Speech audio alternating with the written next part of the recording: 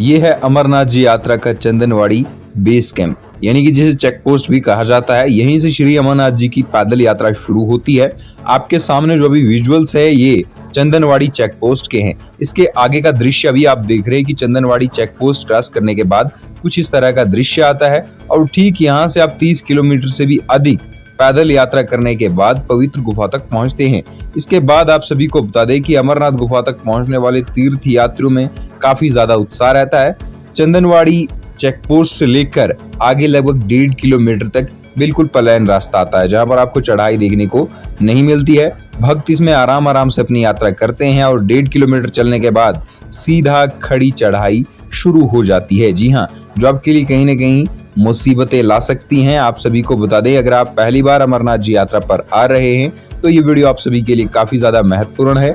अगर चैनल पर नए हैं तो चैनल को जरूर सब्सक्राइब कर लें ताकि आप सब तक हमारे डेली अपडेट सबसे पहले पहुंच सके। ये आप देख रहे हैं जगह जगह पर आर्मी द्वारा चेक पोस्ट लगाई गई है ताकि कोई भी यात्री बिना परमिट के तो यात्रा नहीं कर रहा, इसीलिए। और साथ ही यहाँ से आगे के जो विजुअल्स हैं और जो यहाँ से आगे का पहाड़ है उसे पिस्सू टॉप कहते हैं। और पिस्सू टॉप की जो चढ़ाई है वो 3 किलोमीटर की है और बिल्कुल खड़ी चढ़ाई है। और आपके सामने है ठीक पिस्सू टॉप की चढ़ाई के 200 मीटर पीछे का रास्ता। और ये देखिए पिस्सू टॉप की जो चढ़ाई है, यहाँ से पिस्सू टॉप की चढ़ाई शुरू हो जाती है जो आपके सामने है। अगर आप पहली बार यात्रा पर आ रहे हैं तो घबराइए मत। पिस्सू टॉप की चढ़ाई से काफी सारे लोग घबरा जाते हैं क्योंकि ये चढ़ाई स्टार्टिंग में ही आ जाती है। और आपके सामने जितने भी ऊंचे पहाड़ दिख रहे हैं, इन पहाड़ों से होकर ही अभी आपने जाना है।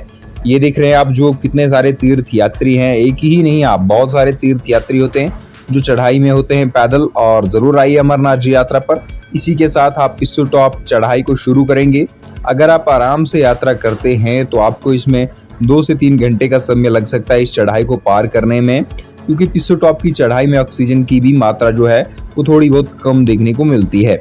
और यात्रा में आने वाले तीर्थ यात्री खासकर इस चढ़ाई को इसीलिए ज्यादा डर जाते हैं क्योंकि वह अपनी घर में वॉकिंग नहीं करते हैं। ठीक है, श्राइन बोर्ड जिस तरह से आपको गाइडलाइन देता है कि यात्रा शुरू होने से पहले 10-12 किलोमीटर चलिए, उस तरह से नहीं चलते हैं, तो इसीलिए इस यात्रा में वह डर जाते हैं। तो देखिए, अगर आप अमरनाथ यात्रा पर आ रहे हैं तो हर दिन 10 से 12 किलोमीटर चलिए ताकि आपको किसी भी प्रकार की दिक्कत ना हो। और ये है आपके सामने पिस्सू टॉप की चढ़ाई।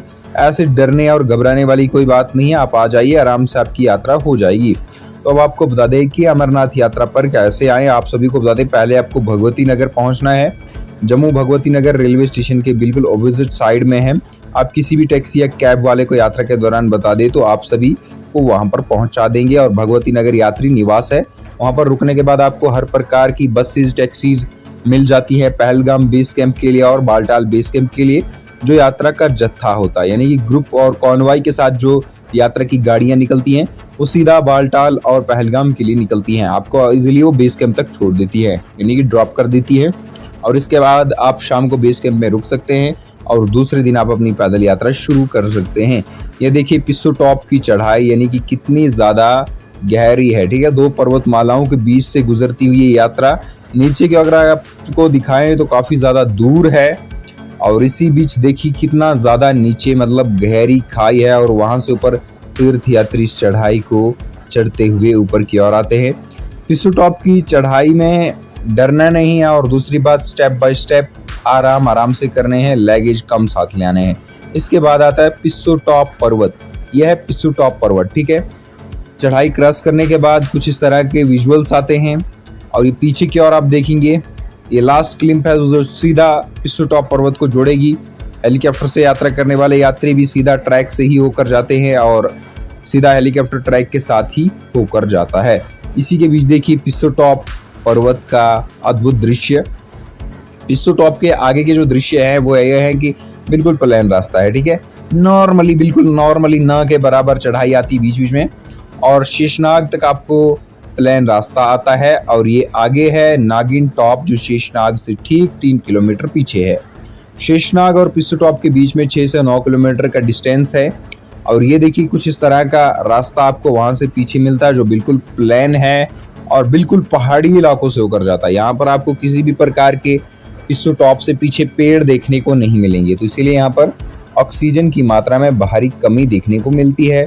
यात्रियों को बता दें कि यहाँ पर आने के लिए आपको अगर अपने साथ ऑक्सीजन सिलेंडर भी लाते हैं तो अच्छी बात है, नहीं तो श्राइन बोर्ड की तरफ से आर्मी द्वारा शेषनाग के आगे हर 500 मीटर पर ये ऑक्सीजन बूथ की सुविधा रखी गई है, क्योंकि शेषनाग से आगे ऑक्सीजन की जो मात्रा है वो और ज़्यादा कम हो जाती है और यात्रियों को किसी भी प्रकार की दिक्कतों का सामना ना करना पड़े, तो इसके लिए वहाँ पर बहुत ही ज़्यादा सुविधाएं बढ़ाई गई हैं। ये देखिए शेषनाग लेक, नागिन टॉप के बाद शेषनाग लेक आ गई और शेषनाग लेक के पास भी थोड़ी बहुत चढ़ाई है, यानी कि नॉर्मली चढ़ाई है। और इसके बाद आप सभी को बता दें, आप शेषनाग झील के दर्शन करेंगे, क्योंकि मान्यताओं के अनुसार यहाँ पर भगवान विष्णु के शेषनाग भी रहते हैं और अमरनाथ जी की ओर जाते हुए भगवान शिव ने अपने शेषनाग को भी यहीं पर रखा था। हालांकि वासुकीनाग भगवान शिव के गले में रहते हैं, ये शेषनाग कैसे रखा अब तक कोई नहीं जान पाया। तो ये यहाँ पर देखिए शेषनाग झील, और शेषनाग झील के आगे आपको शेषनाग बेस कैंप आएगा। शेषनाग बेस कैंप पर आप रुक सकते हैं शाम को, और ये देख रहे हैं आप सुबह वहां से आगे की ओर अपना रास्ता शुरू करेंगे। ऑक्सीजन की मात्रा अगर आपको कम है तो वहां पर SDRF NDRF की टीमें पूरी तरह से तैयार रहती हैं, जो आपको ऑक्सीजन निःशुल्क प्रदान करती हैं यात्रा के दौरान। इसके बाद यह आया गणेश टॉप पर्वत। गणेश टॉप पर्वत की भी चढ़ाई काफी ज्यादा मुश्किल है। 4 किलोमीटर की चढ़ाई है शेषनाग से लेकर ये गणेश टॉप की, जो कि काफी ज्यादा कठिन है। यहाँ पर भी आप आराम आराम से यात्रा करिए और घबराइए मत और डरिए मत, क्योंकि बहुत ज्यादा तीर्थ यात्री आपके साथ यात्रा करने वाले हैं। शेषनाग में आपको 2 बजे से पहले पहुंचना होगा अगर आप पंचतरणी की ओर यात्रा करना चाहते हैं। अगर नहीं तो 2 बजे के बाद भी आप पहुंचे तो आपको वहीं पर रुकना होगा। इसके बाद आता है पुष्पत्री। पुष्पत्री भंडारा अमरनाथ यात्रा के भंडारों में से सबसे एक अलग भंडारा लगता है और सबसे कीमती भंडारा यहीं पर लगता है। आप सभी को बता दें, शेषनाग में अगर आप रुकना चाहते हैं तो इसके लिए आपको 2 बजे के बाद भी पहुंच सकते हैं, 2 बजे से पहले भी पहुंच सकते हैं। अगर आप पंचतरणी की ओर प्रस्थान करना चाहते हैं तो 2 बजे से पहले वहां को क्रॉस कर लें शेषनाग को। ये देखिए ये आ चुका है पंचतरणी बेस कैंप का आउटसाइड। पंचतरणी इलाका बहुत ज्यादा बड़ा है। पंचतरणी की शेषनाग से दूरी लगभग 20 किलोमीटर की है, और ये आपके सामने जो अभी विजुअल्स है ये पंचतरणी बेस कैंप के हैं। यहाँ पर हेलीकॉप्टर से पहुंचने वाले तीर्थ यात्री भी यहीं पर पहुंचते हैं, जो बालटाल और पहलगाम से पहुंचते हैं। और इसके बाद आप सभी को बता दें, फेयर बालटाल से कम है और पहलगाम से ज्यादा है। बालटाल से पिछले साल 2800 कुछ था वन साइड का, पहलगाम से 4200 कुछ रुपए थे। और अगर आप यात्रा यहाँ पर स्टे करना चाहते हैं तो बेस कैंप में पूरी तरह से सुविधा है यात्रियों के लिए रुकने के लिए श्राइन बोर्ड द्वारा, और साथ ही साथ आर्मी बेस कैंप पर जो टेंट्स लगाए गए उन द्वारा। तो यहाँ पर देखिए ये है पंचतरणी बेस कैंप, जो पहाड़ों के बीच एक विराजमान बेस कैंप है, और यहाँ से आगे का ठीक रास्ता है। ये है पंचतरणी बेस कैंप के जो आगे की ओर जाता है रास्ता। पहाड़ों से निकला हुआ ये रास्ता और दुर्गम पहाड़ों के बीच में बना हुआ ये रास्ता काफी ज्यादा कठिन भी है यात्रियों के लिए। हालांकि श्राइन बोर्ड द्वारा आप सभी के लिए सबसे बड़ी खुशखबरी है कि आने वाले सालों में यहाँ पर एक टनल का निर्माण भी किया जाएगा पंचतरणी से शेषनाग के बीच में, जिससे कि और यात्रा आसान हो जाएगी। और ये देखिए पालकी और घोड़ा की सुविधा आपको पंचतरणी अगर हेलीकॉप्टर से आ रहे हैं तो उसके पीछे की मिलेगी आपको। इसके बाद पंचतरणी से थोड़ा पीछे की ओर जाने के बाद आपको फिर से खड़ी चढ़ाई का सामना करना पड़ेगा, जो नॉर्मली है। इसके बाद आप सभी को बता दें कि ये चढ़ाई आप घोड़ा, पालकी, पिट्ठू से भी कर सकते हैं। पिट्ठू आपका सामान उठाएगा। अगर आप खाली पैदल यात्रा करना चाहते हैं तो पिट्ठू के हाथ आप अपना सामान दे सकते हैं। इसके बाद आप सभी को बता दें, आप ऊपर से देख रहे हैं जो रास्ता जा रहा है ये सीधा पवित्र गुफा की ओर जा रहा है। यहाँ से पवित्र गुफा की दूरी लगभग 5 किलोमीटर की है। अभी हम आपको दिखाते हैं कि कितना दुर्गम रास्ता है ये और कितनी कठिन चढ़ाई से होकर जाता है। और आप सभी को बता दें, गुफा पर इस साल रुकने की सुविधा बिल्कुल खत्म कर दी गई है, और आपको डायरेक्टली या बालटाल या पंचतरणी बेस कैंप पर ही रुकना होगा। इसके बाद ये है, देखिए कितने बड़े बड़े चट्टानों को तोड़कर बीच से रास्ता बनाया गया है, और इसी बीच ये पवित्र गुफा की ओर जाने वाला एकमात्र रास्ता है अब पहलगाम का, जो पंचतरणी से पीछे की ओर जाता है। यहाँ से अब आपको किसी भी चढ़ाई का सामना नहीं करना पड़ेगा, और ये सीधा जो रास्ता है ये अब पवित्र गुफा की ओर ही बढ़ेगा। जी हाँ, आप देख रहे हैं कि घोड़ा, पालकी जितने भी लोग हैं यहाँ से ले जा रहे हैं। और इसके साथ ही ये देखिए यहाँ पर कुछ स्लाइडिंग जोन्स भी हैं, तो इसीलिए बचकर यात्रा करें, संभल कर यात्रा करें, और ये ध्यान दें कि आप पहाड़ वाली साइड ही चलें, अगली साइड ना चलें, क्योंकि घोड़ा पालकी चलते रहती है तो धक्का लगने का चांसेस बना रहता है। तो इसलिए पहाड़ की तरफ यात्रा करें, पहाड़ वाली साइड चलें ताकि आपको किसी भी प्रकार की दिक्कतों का सामना ना करना पड़े। तो ये देखिए अमरनाथ जी यात्रा किस तरह से खूबसूरत मजहर से चल रही है और बाबा जी के भक्तों में बहुत ही ज़्यादा खुशी की लहर है। और आप सभी को बता दें कि अमरनाथ यात्रा में ज़्यादा खर्चा नहीं आता, 5 से 6 हज़ार रुपये आता है जम्मू से रिटर्न जम्मू तक का। और यात्रा पर ज़रूर आइए। अगर आप 2023 में आ रहे हैं तो अपना मेडिकल रजिस्ट्रेशन ज़रूर करवा लें। रजिस्ट्रेशन 17 अप्रैल से शुरू हो गया है और मेडिकल भी इसका शुरू है। इसके बाद आप सभी को बता दें कि पवित्र गुफा की ओर जाने वाला रास्ता ये पहलगाम का है और दूसरा जो अभी आपको दिखाई दे रहा है ये बालटाल का है। ये बालटाल से पवित्र गुफा की ओर आता है जो कि 14 से 16 किलोमीटर के बीच का है। और ये देख रहे हैं आपकी दोनों रास्ते काफ़ी ज़्यादा खतरनाक एरिया से होकर जाते हैं और यहाँ की पर्वतमालाओं में बिल्कुल भी आपको पेड़ देखने को नहीं मिलेंगे। और यहाँ पर इसीलिए ऑक्सीजन की जो मात्रा है वो भारी कमी मिलती है ऑक्सीजन की। वो चाहे कोई भी व्यक्ति हो यहाँ पर, चाहे बेजुबान जानवर हो या फिर कोई ना कोई लोग जो भी हो, यहाँ पर ऑक्सीजन की मात्रा में भारी कमी देखने को मिलती है। तो इसीलिए आप सभी को बता दें कि यात्रा के दौरान अगर आप यात्रा कर रहे हैं तो धीरे से करें, आराम से करें ताकि आपकी जो इम्यूनिटी है जो वो आराम से कर पाएँ और आपको किसी भी प्रकार की परेशानी ना हो सांस लेने में। अगर आप तेज़ी से यात्रा करते हैं तो पहाड़ों में ऑक्सीजन की कमी है, इससे कहीं ना कहीं आपको ऑक्सीजन में कमी हो सकती है। ये देखिए आगे अमरनाथ जी का बोर्ड आ चुका है। यहाँ से गुफा की दूरी लगभग 3 किलोमीटर की है और इसके बाद आएगी गुफा मार्केट। यहाँ पर आप देख रहे हैं रास्ता पूरा का पूरा जो है वो भरा हुआ यात्रा से। इसमें ज़्यादा घोड़े पर यात्री दिख रहे हैं और ऐसा नहीं दिख रहा है कि पैदल यात्री उतना ज़्यादा हो। यात्रा के लिए RFID कार्ड्स जरूरी होंगे इस वर्ष और जिस वर्ष पिछले वर्ष की तरह ही, और इसके लिए आपको बेस कैंप से ही बन जाएंगे। ये परेशानी आपको बिल्कुल भी नहीं लेनी है। इसके बाद पवित्र गुफा की ओर बढ़ते हुए आपको रास्ते पर डस्ट भी देखने को मिलेगा।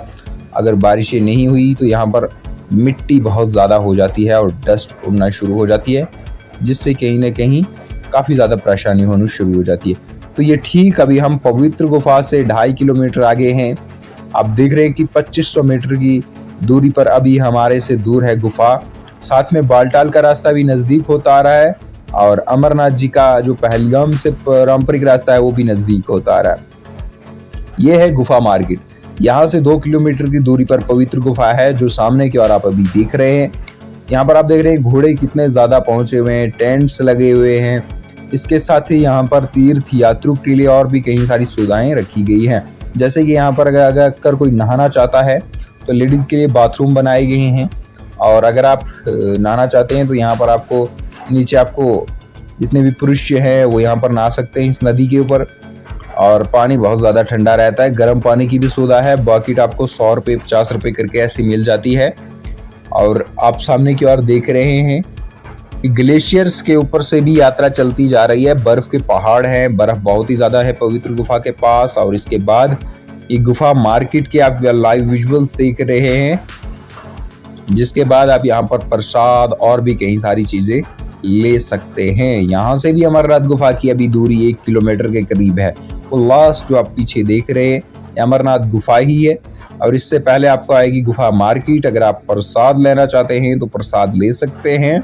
और ये आपके सामने है प्रसाद जो आप घर के लिए भी ले सकते हैं और बाबा जी के दरबार में भी चढ़ाने के लिए ले जा सकते हैं। आप गुफा में प्रसाद ले सकते हैं, उसके बाद आपको पंडित वहाँ से उसे रिटर्न कर देगा। ये आप देख रहे हैं अमरनाथ गुफा के ठीक आगे के विजुअल्स जो आपके सामने हैं। और इसके बाद काफ़ी ज़्यादा तीर्थ यात्री वहाँ पर पहुँचते हैं। और आप सभी को बता दें अमरनाथ गुफा के पास आपको क्लॉकर रूम की सुविधा पूरी तरह से मिल जाती है, तो इसीलिए परेशानी मत लीजिएगा। क्लॉकर रूम में आप अपना सामान रख सकते हैं आराम से इजीली तरीके से। और इसके बाद आप पवित्र गुफा में दर्शन कर सकते हैं इजीली तरीके से। ये आपके सामने है अमरनाथ जी की पवित्र गुफा। हर हर महादेव ज़रूर बोलिए ताकि बाबा बर्फानी जी आपको अपना बुलावा ज़रूर भेजे। बाबा अमरनाथ जी अमरेश्वर आपको बुलावा ज़रूर भेजे। कुछ इस प्रकार की अमरनाथ जी यात्रा थी पहलगाम बेस कैंप से लेकर चेक पोस्ट चंदनवाड़ी से लेकर। और उम्मीद करते हैं कि आपको ये वीडियो अच्छा लगा हो। अगर वीडियो अच्छा लगा हो तो वीडियो को ज़रूर लाइक करें साथ ही साथ चैनल को जरूर सब्सक्राइब करें। ये आपके सामने जो विजुअल्स हैं ये गुफा मार्केट के हैं और मिलते हैं आपके साथ एक और नई वीडियो में, लेटेस्ट वीडियो में। अगर आपको परेशानी आ रही है यात्रा के रिलेटेड तो कमेंट सेक्शन में बताइए, हम आपको जल्द से जल्द सॉल्व करने की भी कोशिश करेंगे जो भी आपको परेशानियां आते होंगी। और साथ ही चैनल पर नए हैं तो चैनल को जरूर सब्सक्राइब कर लें। हर हर महादेव।